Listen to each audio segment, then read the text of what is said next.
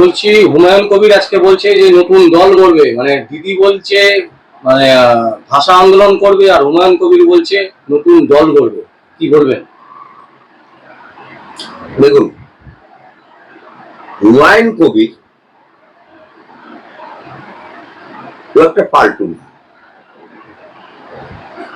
এবং ও কোনো দলে বেশি দিন থাকতে পারে না। আপনি দেখুন, ও কংগ্রেসের বিধায়ক ছিল, মমতা ব্যানার্জি ক্ষমতায় এসে গেছে, মুর্শিদাবাদে খাতা খুলতে পারছে না, মালদাতে খাতা খুলতে পারছে না, দিনাজপুরে খাতা খুলতে পারছে না। প্রথম মুর্শিদাবাদের বুকে এই হুমায়ুনকে টোপ দিল যে তুই চলে আয়। ও কংগ্রেসে থাকাকালীন, কংগ্রেসের এমএলএ থাকাকালীন মুর্শিদাবাদে প্রথম এমএলএ, মুর্শিদাবাদ জেলা কংগ্রেসের এমএলএ যোগ দিয়েছিল। তিনি কংগ্রেসের এমএলএ থাকতেন, যোগ দেওয়ার পরে ও ইস্তফা, কিন্তু যোগ দেওয়ার পরে ওকে মন্ত্রী, কিন্তু অ্যাজ পার নির্বাচন কমিশনের রুল অনুযায়ী 6 মাসের মধ্যে ইলেকশন। ও মন্ত্রী, তৃণমূলের মন্ত্রী, তখন শপথ নিয়ে নিয়েছে। মন্ত্রী থাকাকালীন ও তৃণমূলের সিম্বলে কংগ্রেসের কাছে ভাগ্যটা দেখুন। তারপরে ইলেকশনে ওকে টিকিট দিল, ও হয়ে গেল নির্দল, ও হয়ে গেল নির্দল। তারপরে হঠাৎ করে নির্দল থেকে টকাং করে লাফ মারলো বিজেপি। বিজেপিতে লাফ মেরেই বহরমপুর লোকসভায় নির্বাচনে বিজেপির প্রার্থী হল অধীর রঞ্জন চৌধুরী, কংগ্রেস হেরে গেল। হেরে গিয়ে কিছুদিন চুপ করে বসেছে, কিন্তু বিজেপিতে যখন প্রার্থী হলো, বিজেপির একটা ফান্ড আছে, প্রত্যেক প্রার্থীকে সেই ফান্ডের টাকাটা দেয় ইলেকশন পারপাসে খরচা হয়েছে। আমিও লোকসভার ক্যান্ডিডেট ছিলাম ভারতীয় জনতা পার্টির 2009, তখন এত ফান্ড দিত না, এখন যেমন কোটি কোটি দিচ্ছে, তখন কোটি কোটি দিত না, লক্ষের কাছাকাছি। তা আমিও ফান্ড পেয়েছি, সেই হিসেবে আমি জানি বিজেপি যে ওকে কোটি কোটি টাকা দিল, সেই টাকাটা ও বিজেপির বুথ লেভেল থেকে আরম্ভ করে জেলা লেভেল লোকসভার মধ্যে 5টা টাকা খরচ করবে, 5 টাকা খরচ করবে, সমস্ত টাকাটা ও গচ্ছিত করে রেখেছে, ব্যাংকেও রাখেনি। সেই কোটি কোটি টাকাটা নিয়ে ইলেকশন মিটে যাওয়ার পরে, লোকসভা নির্বাচন মিটে যাওয়ার পরে,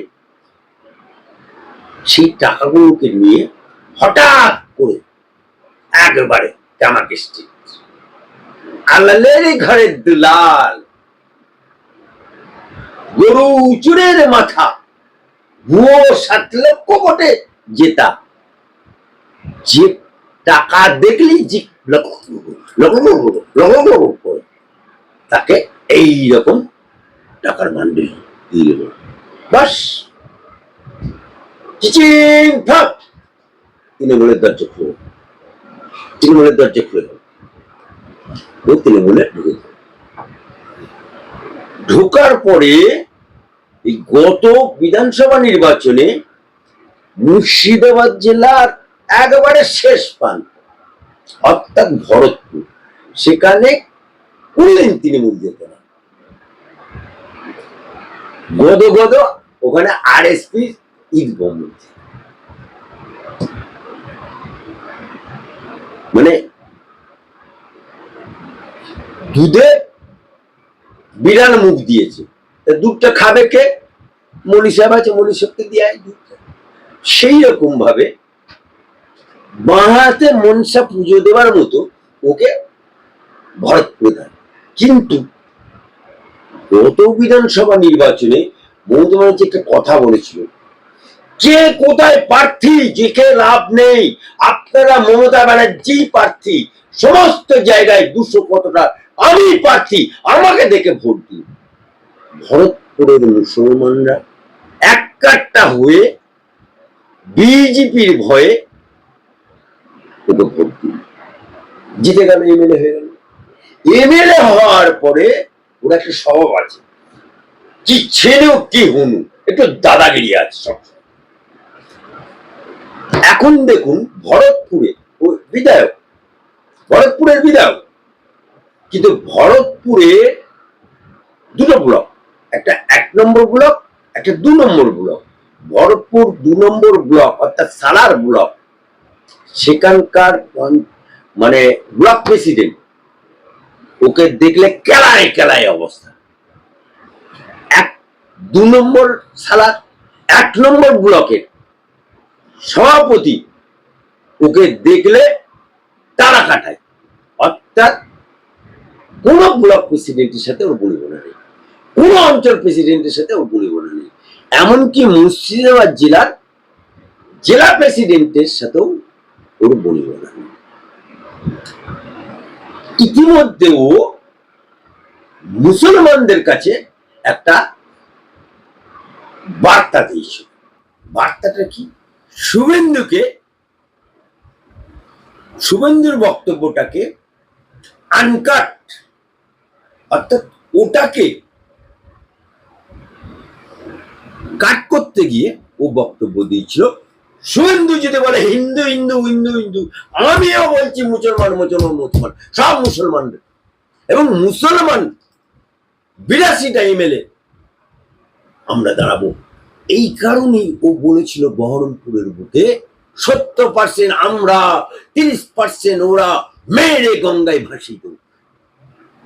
এই যে ডায়লগ, এতে কিছু মুসলমান ওর প্রতি আসক্ত আছে, সব দলেরই আছে।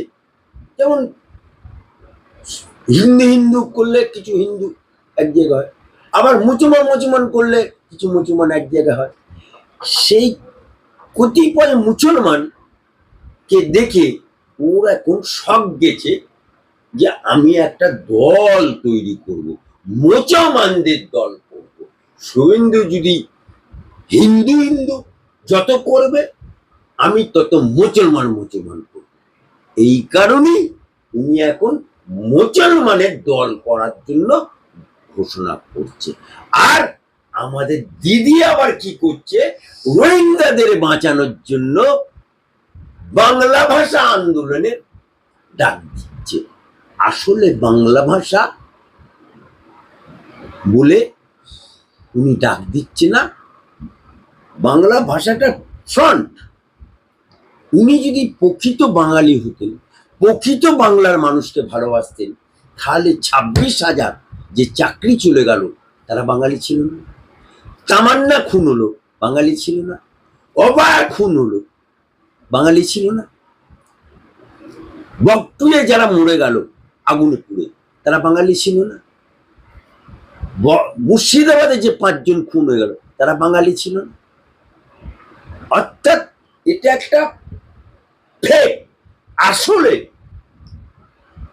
বাংলাদেশি রোহিঙ্গাদের নির্বাচন কমিশন যে প্রক্রিয়া গ্রহণ করেছে, এতে অনেক, আমার বাংলার বুকে চ্যালেঞ্জ করছি, 78 থেকে 90 লক্ষ মুসলমান, বাঙালি, রোহিঙ্গা, বাংলাদেশি ভোটার লিস্ট থেকে বাদ দিলে মমতা ব্যানার্জি ধাপাস, ये डर ममता बाबू को लग गया।